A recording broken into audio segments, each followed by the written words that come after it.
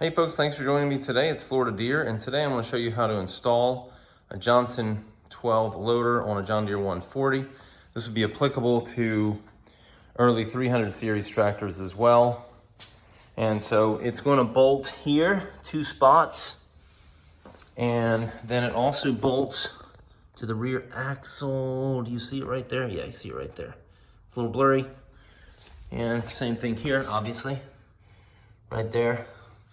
So these tubes come back, then attach to here, and then you see on the other side, same thing.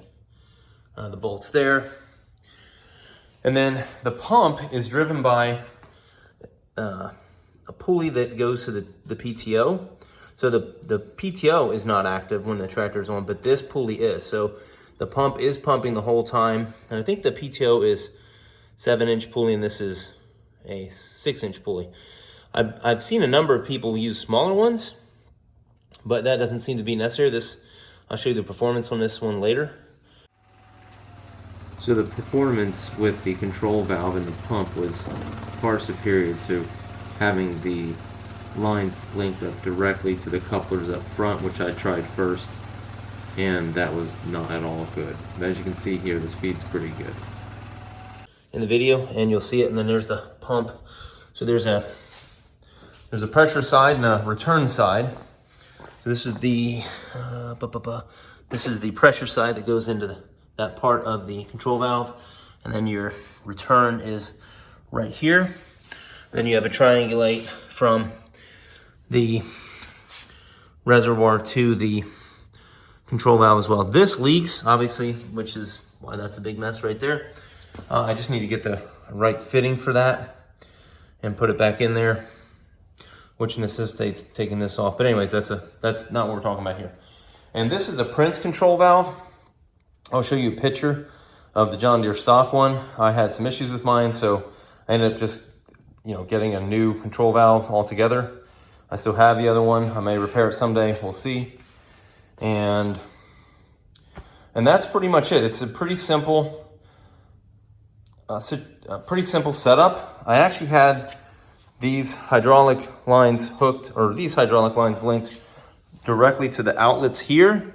It does not perform even remotely close to what it does when it's running off the PTO pulley and pump right there. So if you want to try to do a direct hydraulic, onboard hydraulics, the other thing is the reservoir in the transmission doesn't work as well either. So there's either too little or too much hydraulic fluid in the system, in the tractor system, if you don't use the reservoir here. So, and you could cross contaminate potentially with the loader cylinders and the tractor. So that's a possibility too. So this system is set up. It still allows you to have the H3, so you could still have like an H1 and still have your 3-point hitch right here, which I'd recommend if you're going to run a loader. You want some ballast in the back.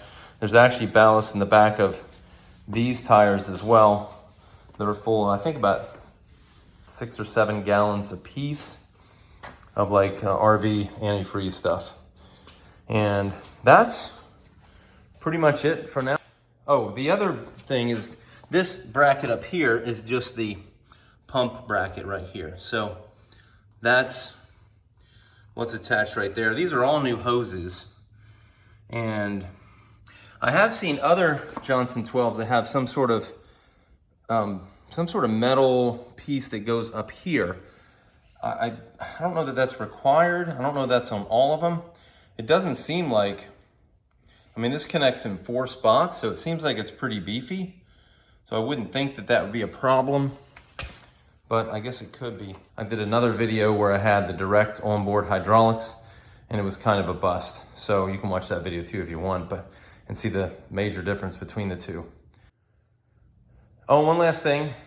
If you did like the video, it was helpful, hit the like button. I'd appreciate that. And if you want to see more videos on the John Deere garden tractors and John Deere 1 Series, you can hit the subscribe button as well. I appreciate you watching.